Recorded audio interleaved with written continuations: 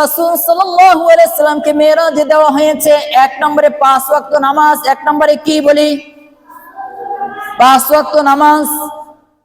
অপর হাদিসে এসেছে 5 ওয়াক্ত নয়, প্রথমে 50 ওয়াক্ত দেওয়া হয়েছিল। কয় ওয়াক্ত? 50 ওয়াক্ত নামাজ নিয়ে যখন ফিরে আসছিলেন মুসা আলাইহিস সালামের কাছে, মুসা আলাইহিস সালামের সাথে দেখা হয়ে গেল। মুসা আলাইহিস সালাম জিজ্ঞাসা করলেন, হে মুহাম্মদ সাল্লাল্লাহু আলাইহি ওয়াসাল্লাম, আপনি আল্লাহর দিদারে গিয়েছেন, কি নিয়ে আসছেন বলেন। নবীজি বললেন, আমাকে 50 ওয়াক্ত নামাজ দেওয়া হয়েছে। মুসা আলাইহিস সালাম বললেন, ইয়া মুহাম্মদ সাল্লাল্লাহু আলাইহি ওয়াসাল্লাম, 50 ওয়াক্ত নামাজ আপনার উম্মত আদায় করতে পারবে না, আপনি যান আল্লাহর দরবারে যান, নামাজ কমিয়ে আসেন। এভাবে আবার ফিরে গেলেন আল্লাহর কাছে, আল্লাহর দিদারে, আল্লাহর সাক্ষাতে যাওয়ার পরে আল্লাহর সাথে কথা বলে আবার 10 ওয়াক্ত নামাজ কমিয়ে আনলেন, 40 ওয়াক্ত নিয়ে ফিরলেন।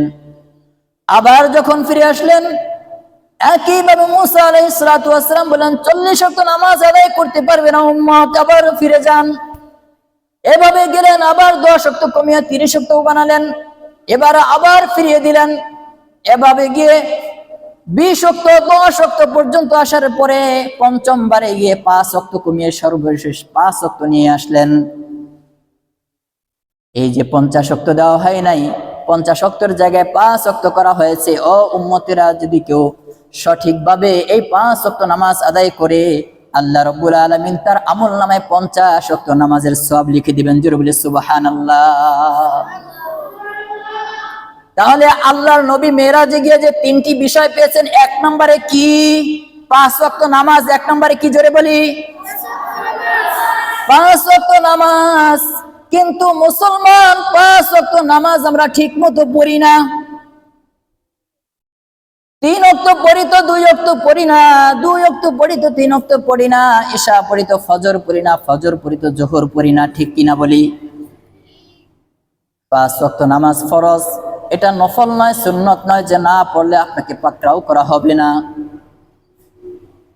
ফরজ বিধান আবশ্যিকভাবে পালন করতে হবে। এই ফরজ 5 ওয়াক্ত নামাজ যদি 1 ওয়াক্ত নামাজ ছুটে যায়, ইচ্ছাকৃতভাবে কেউ লঙ্ঘন করে, হয়তোবা 1 ওয়াক্ত নামাজ ইচ্ছাকৃতভাবে ভঙ্গ করার ফলে আল্লাহ না করুক তার জন্য জাহান্নাম ওয়াজিব হয়ে যেতে পারে, যদি আল্লাহ ক্ষমা না করেন। এই জন্য ভাই, মুসলিম দাবি করলে প্রথমে 5 ওয়াক্ত নামাজ আগে আদায় করতে হবে। ঈমান আনার সাথে সাথে আমার আপনার উপর সবার আগে 5 ওয়াক্ত নামাজ অবধারিত। 2 নম্বরে যে কথাটি বলেছেন, যে উপহার নিয়ে এসেছেন, আখাওয়াতিমু সূরাতিল বাকারা, সূরা বাকারার শেষ আয়াত নবীজিকে মেরাজে উপহার হিসেবে দেওয়া হয়েছে। এখন জানার আগ্রহ আছে, এই শেষ আয়াতে কি আছে জানতে মনে চায় নাকি? সূরা বাকারার শেষ আয়াত আল্লাহ রাব্বুল আলামিন মেরাজে তাকে উপহার দিয়েছেন, তাহলে এই আয়াতের মধ্যে কি আছে? আল্লাহ রাব্বুল আলামিন আয়াতের মধ্যে বলেছেন, লা ইউকাল্লিফুল্লাহু নাফসান ইল্লা উসআহা লাহা মা কাসাবাত ওয়া আলাইহা মাকতাসাবাত। আল্লাহ রাব্বুল আলামিন এই আয়াতের মধ্যে বলেছেন, আল্লাহ রাব্বুল আলামিন কোন মানুষের উপরে তার সাধ্যের বাইরে কোনো কিছু চাপিয়ে দেন না। খেয়াল করবেন, আল্লাহ যে বিধান দিয়েছেন কোনো কিছুই আমাদের সাধ্যের বাইরে নয়। আল্লাহ যা কিছু বিধান দেন, হুকুম দেন আমাদের জন্য, সব কিছু আমাদের সাধ্যের মধ্যে দিয়ে থাকেন। আমাদের সাধ্যে নাই এমন কিছু আল্লাহ আমাদের উপর চাপিয়ে দেন না।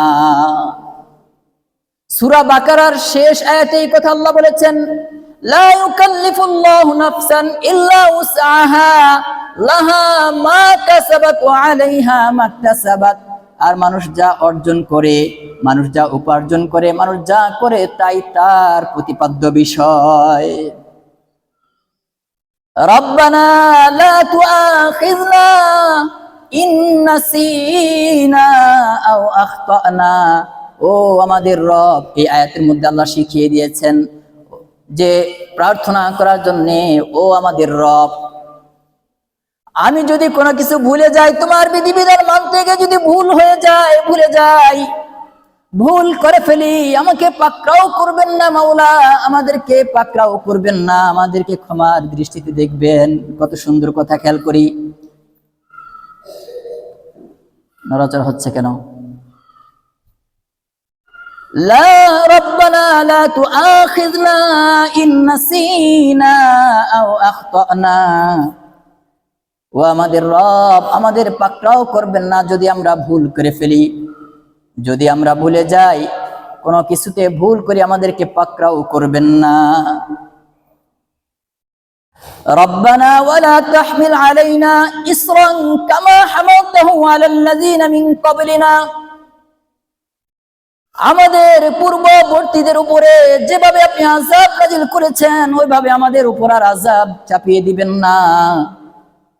পূর্ববর্তী নবীদের উম্মতদের উপর এরকম হয়েছে যে একবারে আল্লাহ আযাব নাজিল করে একটা নগরীকে ধ্বংস করে দিয়েছিলেন, কোন শহরকে উল্টে দিয়েছিলেন, বন্যা দিয়ে প্লাবিত করে সব কিছুকে ধ্বংস করে দিয়েছিলেন।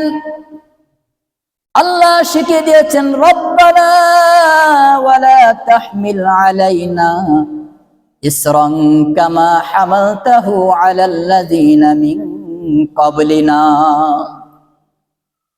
আল্লাহ আমাদের উপর এমন কিছু চাপিয়ে দিবেন না, আল্লাহ আমাদের পূর্ববর্তীদের উপর যেভাবে আপনি আযাব দিয়েছেন, চাপিয়ে দিয়েছেন, বিপদ দিয়েছেন, ওরকম আমাদেরকে বিপদগ্রস্ত করবেন না, আমাদেরকে ধ্বংস করে দিবেন না, আমাদের উপর আযাব দিবেন না। এভাবে আল্লাহ রাব্বুল আলামিন শেষ আয়াতের মধ্যে উল্লেখ করেছেন, রব্বানা ওয়ালা তুহাম্মিলনা মা লা তাকাতা লানা বি। এরপরে আল্লাহ শিখাচ্ছেন, ও আমাদের রব, আমরা যা করতে পারবো না, আমাদের সাধ্যে যে জিনিসটা নেই, ওই জিনিসটা আমাদের উপর চাপিয়ে দিবেন না। দেখেন আল্লাহ কত সুন্দরভাবে শিখিয়ে দিয়েছেন। এই আয়াতটি মেরাজে আমাদের নবীকে আল্লাহ উপহার দিয়েছেন। ওয়াফু আন্না ওয়াগফির লানা ওয়ারহামনা, আল্লাহ আমাদেরকে মার্জনা করুন, আমাদেরকে ক্ষমা করুন, আমাদেরকে সাহায্য করুন। এইভাবে আল্লাহ এই আয়াতের মধ্যে শিখাচ্ছেন। এটা হলো 2 নম্বরের উপহার, যে সূরা বাকারার শেষ আয়াত, যে আয়াতে বলা হয়েছে যে মানুষের উপর আল্লাহ কখনো কোনো কিছু তার সাধ্যের বাইরে চাপিয়ে দেন না, এবং শিখাচ্ছেন যে আল্লাহ ভুল করলে আমাদের ভুলটাকে আপনি ক্ষমা করবেন, এবং আমাদের সাধ্যের বাইরে কোনো কিছু আমাদেরকে চাপিয়ে দিবেন না, আমাদেরকে ক্ষমা করুন, মাফ করুন, সাহায্য করুন। এই কথাগুলো এই আয়াতে শেখানো হয়েছে। 3 নম্বরে যে উপহার দিয়েছেন, আল্লাহ রাসূল সাল্লাল্লাহু আলাইহি ওয়াসাল্লাম বলেছেন, ওয়ায়ুগফারু লিমান মাতা মিন উম্মাতিহি লা ইউশরিক বিল্লাহি শাইআল মুকহিমাত। 3 নম্বরে যে উপহারটির কথা বলা হয়েছে, আল্লাহর নবী বলেছেন, ও উম্মতেরা, তোমরা আমার উম্মতের মধ্যে যারা কোনো শিরক করে নাই, জীবনে শিরকের সাথে সম্পৃক্ত হয় নাই, আল্লাহর সাথে কাউকে শরীক করে নাই, একমাত্র আল্লাহ সিজদা পাওয়ার যোগ্য, আল্লাহকে বাদ দিয়ে মাজারে সিজদা দেয় নাই, একমাত্র আল্লাহকে সিজদা দিতে হবে সেটা না মেনে কোনো বাবাকে সিজদা দেয় নাই, সেটা আল্লাহকে মেনেছে। যদি এমন অবস্থা হয় জীবনে কোনোদিন শিরক করে নাই, শিরকের সাথে লিপ্ত হয় নাই, আমলের শর্ত দেন নাই আল্লাহ রাব্বুল আলামিন, আমলের শর্ত ছাড়াই বলে দিয়েছেন, যদি শিরক না করা অবস্থায় মৃত্যুবরণ করে, আমি আল্লাহ তাদের জন্য সাধারণ ক্ষমার ঘোষণা করলাম। জোরে বলি সুবহানাল্লাহ।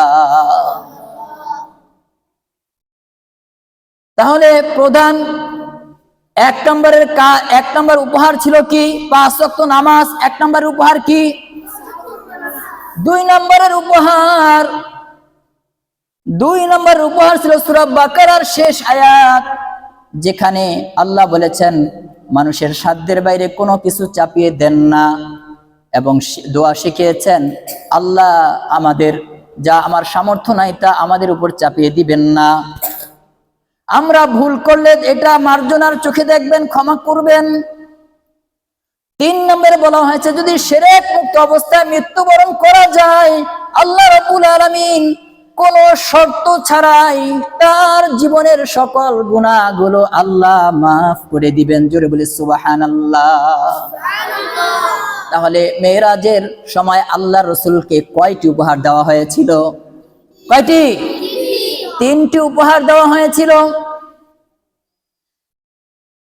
এই 3টি উপহার পাওয়ার জন্য আমাদের আমলকে পরিবর্তন করতে হবে। এই 3টি উপহার যদি আমরা মেনে নিতে পারি, আমলে বাস্তবায়ন করতে পারি, আমাদের জীবন সফল হয়ে যাবে।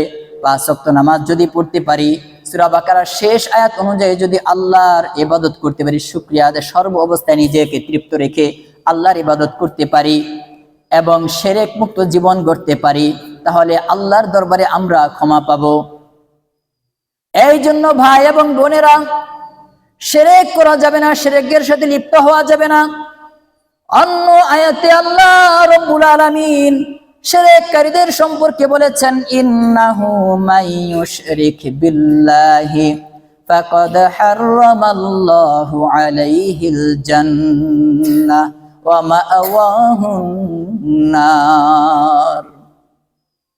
নিশ্চয় যারা আল্লাহর সাথে শিরক করবে, যারা আল্লাহর সাথে শিরক করবে, আল্লাহ রাব্বুল আলামিন তাদের জন্য জান্নাতকে হারাম ঘোষণা করেছেন। জোরে বলি নাউজুবিল্লাহ।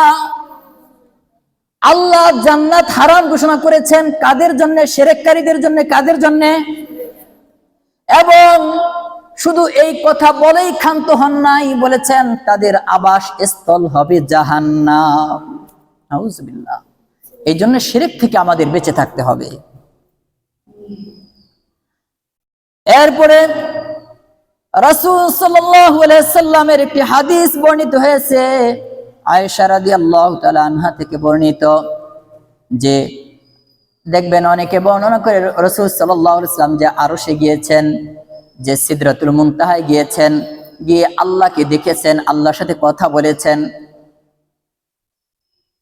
মুসলিম ভাই এবং বোনেরা, এখানে আমাদের সঠিকটা জানতে হবে। নবীজি আল্লাহর দিদারে গিয়েছেন, আল্লাহর সাথে কথা বলেছেন, কোনো সন্দেহ নাই, সন্দেহ রাখা যাবে না। কেউ যদি সন্দেহ করে ঈমান সঠিক থাকবে না। আল্লাহর নবী আল্লাহর দিদারে গিয়েছেন, 7 আসমান পেরিয়ে সিদরাতুল মুনতাহায় আল্লাহর সাথে কথা বলেছেন, আল্লাহর সাথে আলাপচারিতা করেছেন, কথা বলেছেন, কুশল বিনিময় করেছেন। কিন্তু আমরা যে বর্ণনা করে, অনেকেই বলে থাকেন, এটা অনেক দ্বিমত রয়েছে, অনেকে বর্ণনা করে অনেকভাবে এসেছে যে আল্লাহকে নবীজি দেখেছেন মেরাজে গিয়ে। এই কথাটাই দ্বিমত আছে। এই কথায় কোনো দ্বিমত নাই যে জান্নাতে সবাই আল্লাহকে দেখতে পাবে, কিন্তু বেঁচে থাকা অবস্থায় আল্লাহকে দেখা যাবে না। যেহেতু নবীজি তখন মারা যাননি, এ কারণে আল্লাহকে দেখেছেন এটা সঠিক না। এবং এই ব্যাপারে বুখারী শরীফের হাদিস আছে, মুসলিম শরীফের হাদিস। আয়েশা রাদিয়াল্লাহু তাআলা আনহা বলছেন, قالت من زعم أن محمدا صلى الله عليه وسلم رأى ربه فقد أعظم على الله الفرية। আয়েশা রাদিয়াল্লাহু তাআলা আনহা বলেছেন, যে ব্যক্তি বলবে মুহাম্মদ সাল্লাল্লাহু আলাইহি সাল্লাম মেরাজে গিয়ে আল্লাহকে দেখেছেন, সে যেন আল্লাহর উপর মিথ্যা আরোপ করলো। তার মানে বোঝা গেল কি, মেরাজে গিয়ে নবীজি আল্লাহকে সরাসরি দেখেন নাই, কিন্তু কথা বলেছেন, আলাপচারিতা করেছেন, কুশল বিনিময় করেছেন, তার দিদারে গিয়েছেন। কিন্তু কিভাবে করেছেন, কিভাবে দুইজনে বিশেষভাবে কথা বলেছেন, আলাপ করেছেন, কুশল বিনিময় করেছেন, এটা আল্লাহ ভালো জানেন। এটা জানানো হয় নাই মানুষকে। নবীজিও বলেন নাই যে আমি এইভাবে এইভাবে আল্লাহর সাথে কথা বলেছি, কিন্তু কি কথা হয়েছে সেটা হাদিসে আছে।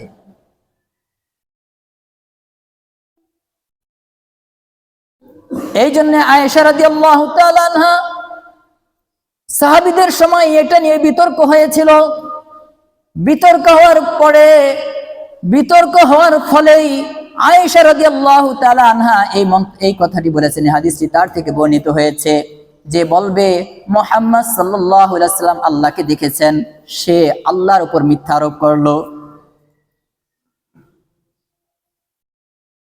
হাদিসের মধ্যে এসেছে রাসূল সাল্লাল্লাহু আলাইহি ওয়াসাল্লাম যখন জান্নাত পরিদর্শনে গেলেন, জান্নাতের দরজার মধ্যে তিনি লেখা পেলেন, রাআইতু লাইলাতা আসরা বি আলা বাবিল জান্নাতি মাকতুবান as-sadaqatu bi'ashri amsalha wal qardu bisamaniyata ashar।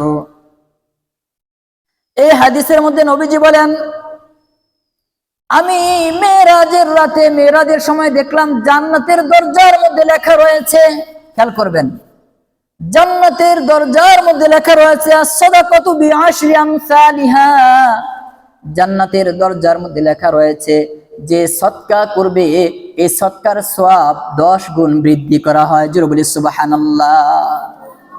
সদকার সওয়াব কয় গুণ? 10 গুণ। আল করদু বিসামানিয়াতা, আল করদু বিসামানিয়াতা আশার, সদকার সওয়াব হলো 10 গুণ। আর যদি কেউ কর্জে হাসানা দেয়, ধার দেয়, ধার বুঝেননি? হ্যাঁ, আমরা টাকা ধার দেই না? একজন বিপদে পড়লে পাশের মানুষ, পাশের বাড়ি অথবা আপনার প্রতিবেশী অথবা আপনার আত্মীয় হঠাৎ বিপদে পড়েছে, টাকা প্রয়োজন, আপনাকে বলল যে ভাই অথবা অমুক আমাকে এই 5 দিনের জন্য 4 দিনের জন্য কিছু টাকা দেন, অমুক দিন আপনাকে দিয়ে দিব, আমার সমস্যা সমাধান হবে, আপনাকে দিয়ে দিব। বিনা শর্তে, কোনো সুদের বিনিময়ে না, সুদ হলে সেটা আবার গুনাহ। বিনা শর্তে এমনি দিলেন, আবার সমস্যা কেটে গেল বা ওয়াদা মতো আপনাকে ফিরিয়ে দিল, এটাকে বলে কর্জে হাসানা। এটাকে কি বলে? কর্জে হাসানা। খেয়াল করুন এবার, আল্লাহ রাসূল বললেন সদকার সওয়াব হলো 10 গুণ বৃদ্ধি করা হয়। আর কর্জে হাসানা যে ব্যক্তি দিবে, কর্জে হাসানার জন্য 10 গুণ নয়, 18 গুণ সওয়াব তার আমল নামায় দেওয়া হবে। জোরে বলি সুবহানাল্লাহ। তাহলে বোঝা গেল কর্জে হাসানা কত বেশি গুরুত্বপূর্ণ, কত বেশি ফজিলতপূর্ণ। কিন্তু আমাদের সমাজ বর্তমান কর্জে হাসানার প্রচলন উঠে গেছে। এখন আর আগের মতো কেউ কর্জে হাসানা দিতে চায় না। এখন সুদের বিনিময়ে টাকা দেওয়া হয়, সুদ নেওয়া হয়, আবার চক্রবৃদ্ধি সুদ নেওয়া হয়। সুদ হলো আল্লাহর বিধান অনুযায়ী হারাম ঘোষণা করা হয়েছে সুদকে। আহাল্লাল্লাহুল বাইআ ওয়া হাররামার রিবা, সুদকে হারাম করেছেন কে? সবাই বলে সুদকে হারাম করেছেন কে? আল্লাহ। কোরআনের আয়াত পড়ছি। সুতরাং সুদের বিনিময়ে টাকা দিয়ে সহযোগিতা করা, ওটা সহযোগিতা না, ওটা নিজের জন্য করলেন, ওটার জন্য কোনো সওয়াব পাবেন না, বরং গুনাহ হবে। আর যদি সুদ মুক্ত ভাবে কর্জে হাসানা দিতে পারেন, 1 গুণ নয়, 2 গুণ নয়, 18 গুণ সওয়াব আপনার আমলনামায় যুক্ত হবে। সুবহানাল্লাহ। জান্নাতের দরজায় নবীজি এই লেখাটা দেখতে পেলেন। এগুলো মেরাজ আসলে শুধু আমরা এই মেরাজের দিন রোজা রাখতে হবে কিনা, হ্যাঁ, নামাজ পড়তে হবে কিনা, এই নিয়ে শুধু আমাদের মারামারি। কিন্তু নবীজি এই সহিহ হাদিস দ্বারা কি কি আমল নিয়ে আসছেন, কি শিক্ষা নিয়ে আসছেন, এটা আমরা কেউ খুঁজতে চাই না। কর্জে হাসানা শিক্ষা দিলেন, মেরাজের শিক্ষা, এটা আমরা আমল করতে চাই না। আমরা আছি সুদ নিয়া, আর এই আমল না করে আমরা আছি যে এই দিন রোজা রাখতে হবে কিনা, এই রাতে নামাজ পড়তে হবে কিনা। মেরাজের শিক্ষা হলো 5 ওয়াক্ত নামাজ, মেরাজের শিক্ষা হলো শিরক মুক্ত ইবাদত। একটু আগে যা বললাম, এগুলো মেরাজ থেকে কি শিক্ষা পেলেন, কি শিক্ষা নবীজি নিয়ে আসলেন, এটা আমরা খোঁজ করতে চাই না, মানতেও চাই না। এরপর নবীজি সাল্লাল্লাহু আলাইহি সাল্লাম জান্নাতের ভিতরে হাঁটতেছেন, এমন সময় দেখতে পেলেন একটি নহর বা নদী। দেখলেন এত সুন্দর নদী, এত সুন্দর নদী, যেই নদীর 2 পাশে মাটিগুলো স্বর্ণ খচিত, মণিমুক্তা খচিত নদী। একটা নদী দেখলেন মণিমুক্তা খচিত, তার 2 পাশের যেই বাদ আছে, মাটি আছে, এটা কিসের? মণিমুক্তার। এটা কিসের? মণিমুক্তার। এবং তা থেকে মিশকে আম্বরের ঘ্রাণ, সব থেকে চমৎকার ঘ্রাণ নবীজি শুনতে পেলেন। হাদিসের মধ্যে কথাটি এভাবে এসেছে, আল্লাহর নবী যখন এই নহরটি দেখলেন, নবীজি জিব্রাইল আলাইহিস সালাতু ওয়াস সালামকে জিজ্ঞাসা করলেন, হে জিব্রাইল, এটা কি? জিব্রাইল বললেন, হাযাল কাউসার, এটা হলো হাউজে কাউসার। জোরে বলি সুবহানাল্লাহ। এটা কি? হাউজে কাউসার। আল্লাযী আতাকা রাব্বুকা ফাইযা তিনুহু আও তিবুহু মিসকুল আজফার, মিসকু আজফার। জিব্রাইল আলাইহিস সালাতু ওয়াস সালাম বললেন, এটা হলো হাউজে কাউসার, যা আপনার রব আপনাকে দিয়েছেন। সূরা কাউসার নাজিল করেছেন, সেখানে আল্লাহ রাব্বুল আলামিন বলেছেন, ইন্না আ'তাইনাকাল কাউসার, নিশ্চয় আমি আপনাকে কাউসার দান করেছি। এই কাউসার হলো সেই কাউসার। জান্নাতের মধ্যে হাঁটতে গিয়ে নবীজি দেখতে পেলেন হাউজে কাউসারের দেখা পেলেন। হাদিসের মধ্যে এসেছে কিয়ামতের দিন নবী সাল্লাল্লাহু আলাইহি সাল্লাম এই কাউসারের পাশে দাঁড়াবেন, নেতৃত্ব দিয়ে উম্মতদেরকে এক এক করে এই কাউসারের হাউজে কাউসারের পানি পান করাবেন। হাদিসের মধ্যে আসছে যে একবার যে পান করবে আর কখনই সে তৃষ্ণার্ত হবে না। জোরে বলি সুবহানাল্লাহ। এটা হলো হাউজে কাউসার। এই হাউজে কাউসারের কথা সূরা কাউসারের মধ্যে এসেছে এবং এই কাউসারের নামে এই সূরার নামকরণ করা হয়েছে, ইন্না আ'তাইনাকাল কাউসার। এরপরে নবীজি সাল্লাল্লাহু আলাইহি সাল্লাম বললেন, যখন আমি জাহান্নাম পরিদর্শন করলাম, শুধু জান্নাতি নবীজি পরিদর্শন করেন নাই, এই মেরাজে গিয়ে জাহান্নামও পরিদর্শন করলেন। জাহান্নামে পরিদর্শন করে আমি জাহান্নামের যে দারোয়ান আছে মালিক ফেরেশতা, জাহান্নামের দারোয়ান মালিক ফেরেশতার সাক্ষাৎ পেলাম। এবং যে দাজ্জাল পৃথিবীতে আগমন করে ধ্বংসযজ্ঞ চালাবে, ঈমান নষ্ট করবে, জাহান্নামের মধ্যে আমি এই দাজ্জালেরও দেখা পেলাম। নবীজি বর্ণনা করেন, আরাআইতু মালিকান খাজিনান নার দাজ্জাল। বুখারী শরীফের হাদিস, তিনি দাজ্জালকে দেখেছেন জাহান্নামের মধ্যে। এই দাজ্জালের অনুসারী কারা? যারা দাজ্জালের অনুসারী হবে তারাও তার সাথেই জাহান্নামে যাবে। দাজ্জালের অনুসারী হবে তারা যারা আল্লাহর আইন মানবে না, রাসূলের সুন্নাত মানবে না, কোরআনের শাসন চাইবে না, আল্লাহর জমিনে আল্লাহর আইন প্রতিষ্ঠিত হোক এটা চাইবে না, আল্লাহর জমিনে আল্লাহর কোরআনের শাসন প্রতিষ্ঠিত হোক এটা চাইবে না।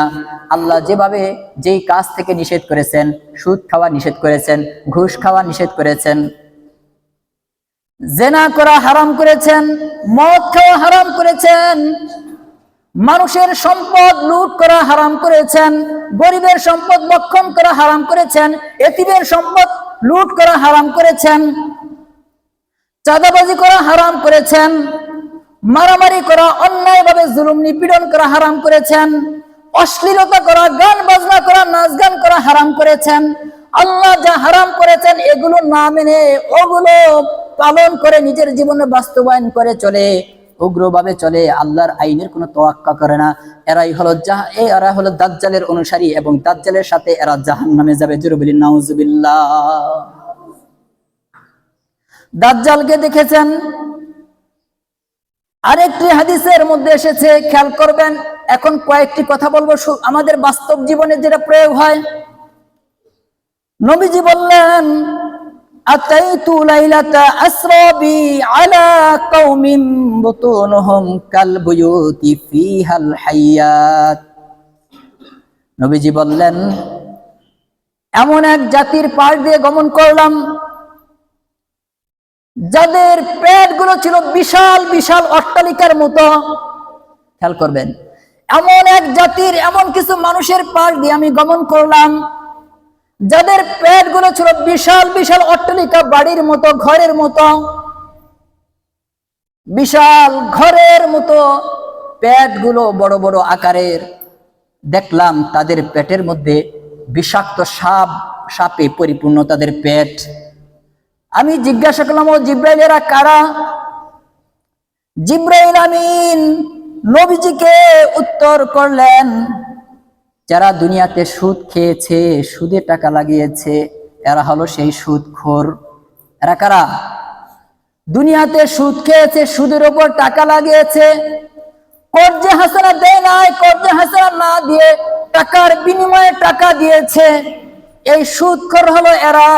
এই সুদখোরদের অবস্থা হলো, সেদিন দেখা হবে জাহান্নামের মধ্যে তাদের পেটগুলো বিশাল বিশাল অট্টালিকার মতো হবে এবং তাদের পেট ভর্তি বিষাক্ত সাপে পরিপূর্ণ করে দেওয়া হবে। এরপর আবার হাঁটতেছেন, আবার দেখলেন আল্লাহ নবী বলেন, আলা কওমিন তুকরিদু শাফাহুহুম বিমাকারিদি মিনান নার। এমন কিছু মানুষের পাশ দিয়ে আমি গমন করলাম, যে দেখলাম তাদের ঠোঁটগুলো জাহান্নামের যে আগুন আছে, আগুনের কাঁচি দিয়ে পুচিয়ে পুচিয়ে কাটতেছে। জোরে বলেন নাউজুবিল্লাহ। জিজ্ঞাসা করলাম, জিব্রাইল এরা কারা? জিব্রাইল আলাইহিস সালাতু ওয়াস সালাম উত্তর করলেন, দুনিয়াতে যারা ভালো কথা বলেছে, সৎ কথা বলেছে, ভালো কথা বলেছে, সুন্দর সুন্দর কথা বলেছে, এটা হতে পারে আলেম ওলামা, বক্তা, আবার রাজনৈতিক নেতা, সমাজের নেতা।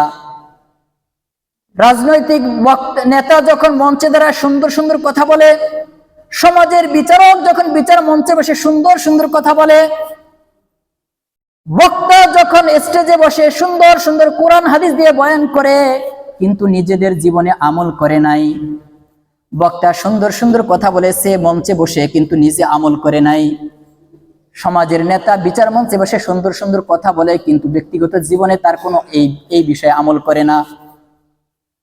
আল্লাহর নবীকে জিব্রাইল আলাইহিস সালাম বললেন, দুনিয়াতে যারা নিজে সুন্দর সুন্দর বয়ান দিত, আলোচনা করত, কথা বলতো, কিন্তু নিজেরা সেই অনুযায়ী জীবন পরিচালনা করে নাই, এদের ঠোঁটগুলো জাহান্নামের আগুনের কাঁচি দিয়ে কাটা হচ্ছে। জোরে বলি নাউজুবিল্লাহ।